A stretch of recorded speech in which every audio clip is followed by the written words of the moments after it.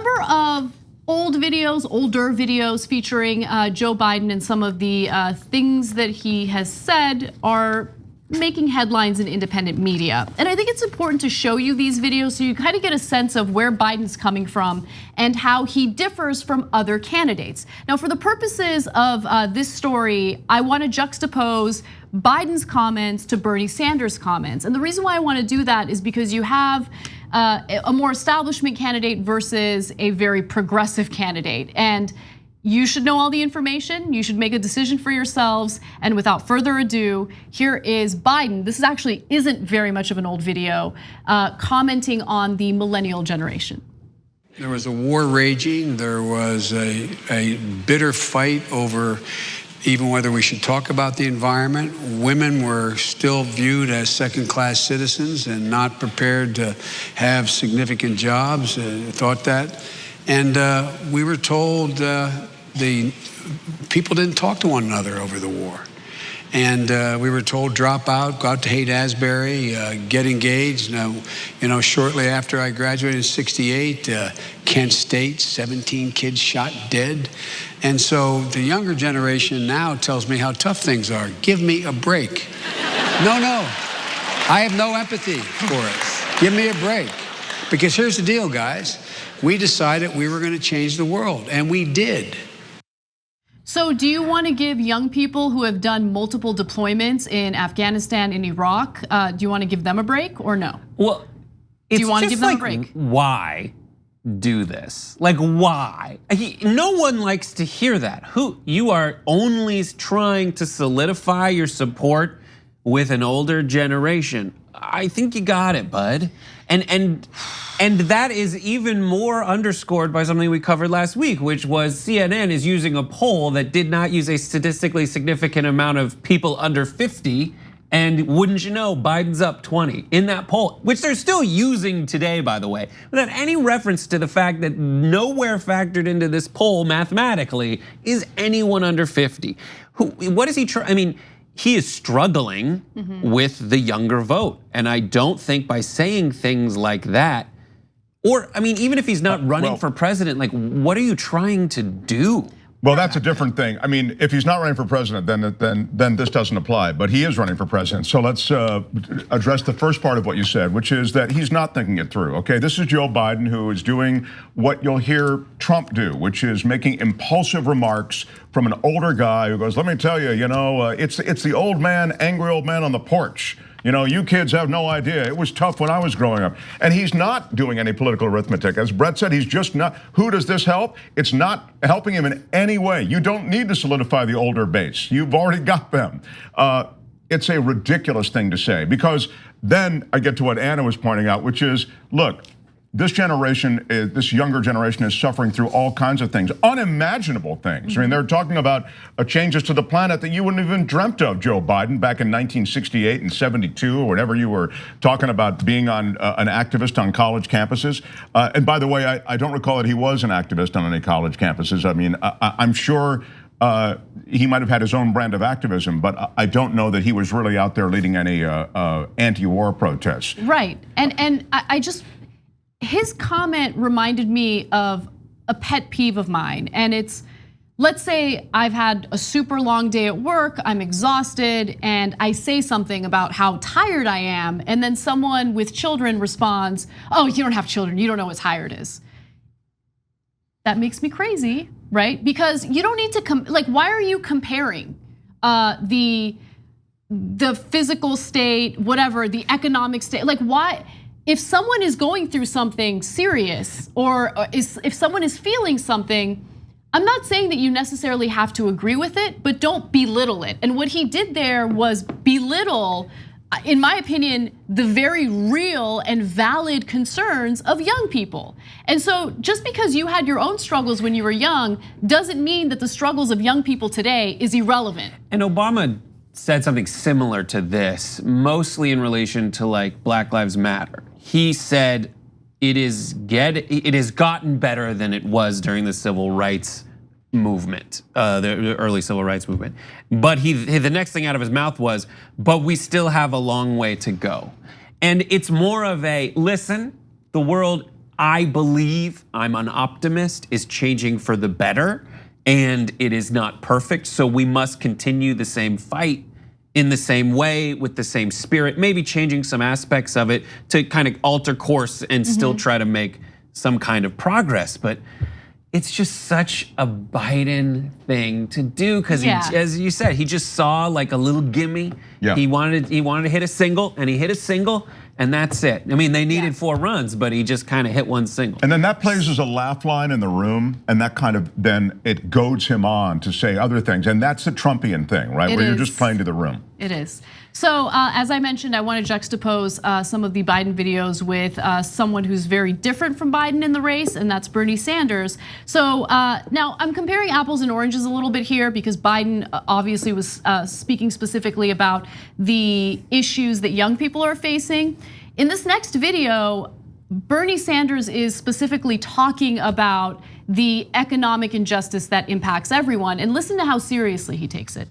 In the early 1980s, the Reagan-Bush team, corporate America, and some congressional Democrats came together to give us Reaganomics and the trickle-down theory. It was a fraud. The result of that effort is that the rich became richer, the working people and the poor people became poorer. That's what trickle-down theory was about. That was the early 1980s. Mr. Chairman, a few years later, they gave us deregulation. You remember that theory? Get the government off the backs of those S&L industry. Let them go out and reinvest in America. Mr. Chairman, that was another fraud. The result of that is the S&L industry turned out to be a bunch of thieves and crooks, many of them under indictment. And now the American taxpayers, the working people, the elderly, are bailing out those institutions to the tune of $500 billion. That video, so good. That video was from 1992. Unreal. So there's, even though again, that video wasn't specifically in regard to young people, you can see the passion that Bernie has in protecting the financial stability or doing something to improve the financial stability of Americans overall. It's an issue that he took seriously. It's an issue he takes seriously today. And it's just, I mean, you compare the two, and you don't want to belittle or minimize other people's pain. And that's what came across in the Biden video. All right, let's go to the next one. And this is from June of 2007. Again, this is a Biden video. Take a look.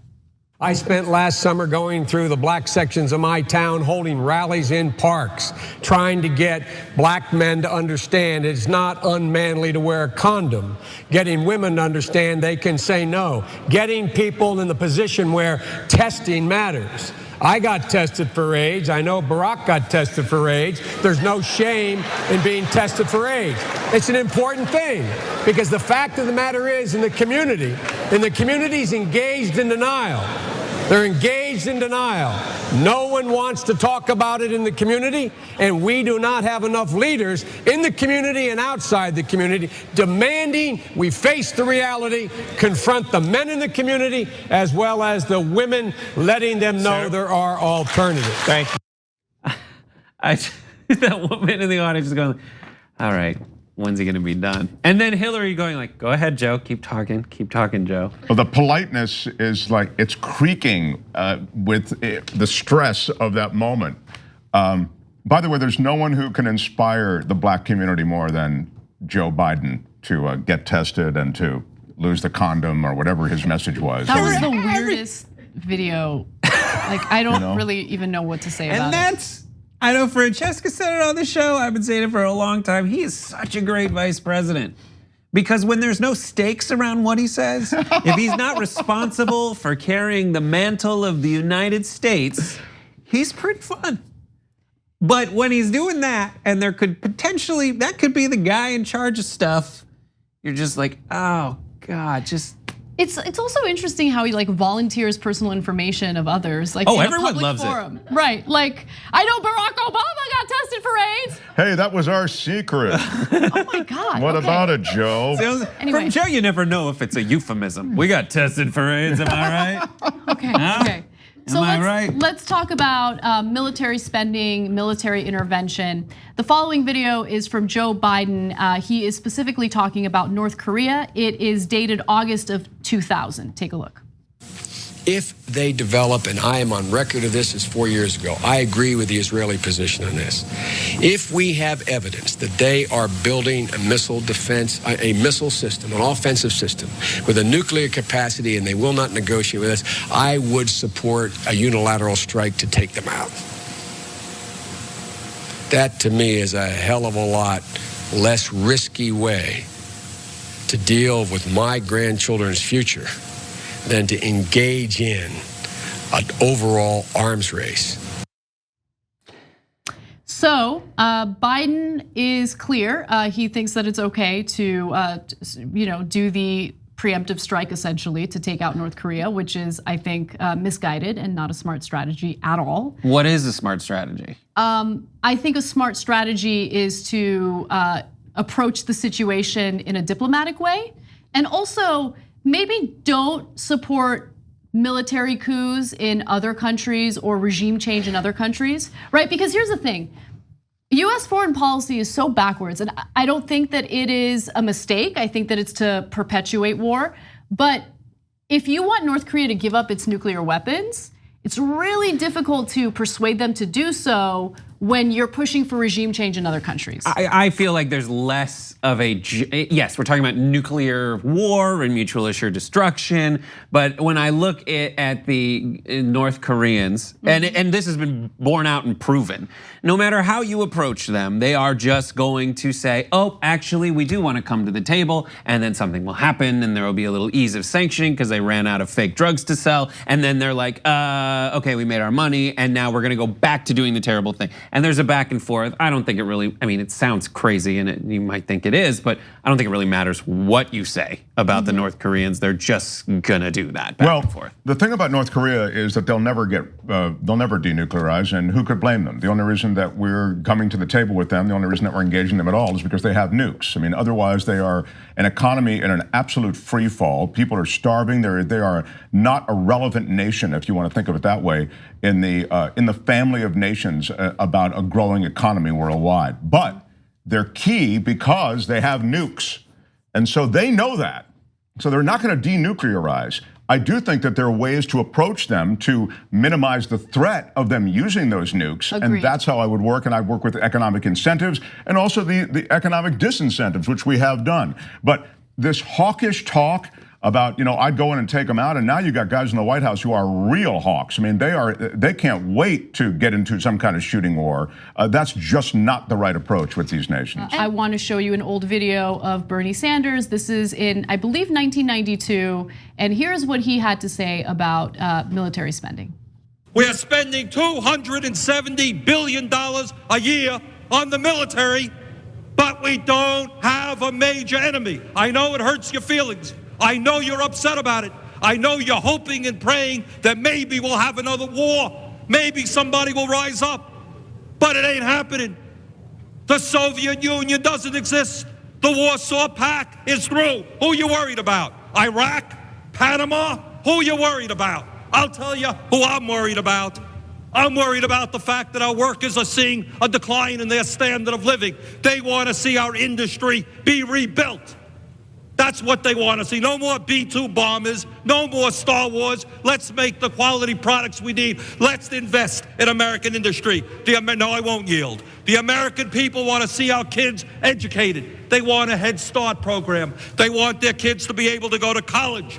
They want to wipe out the fact that 5 million children in this country go to bed hungry. They want child care for their kids. But I want a shiny tank. No, I won't yield. Oh, I love that part. It's so good. But just on Joe Biden, especially in relation to that, that's a guy who's got passion and he's got facts.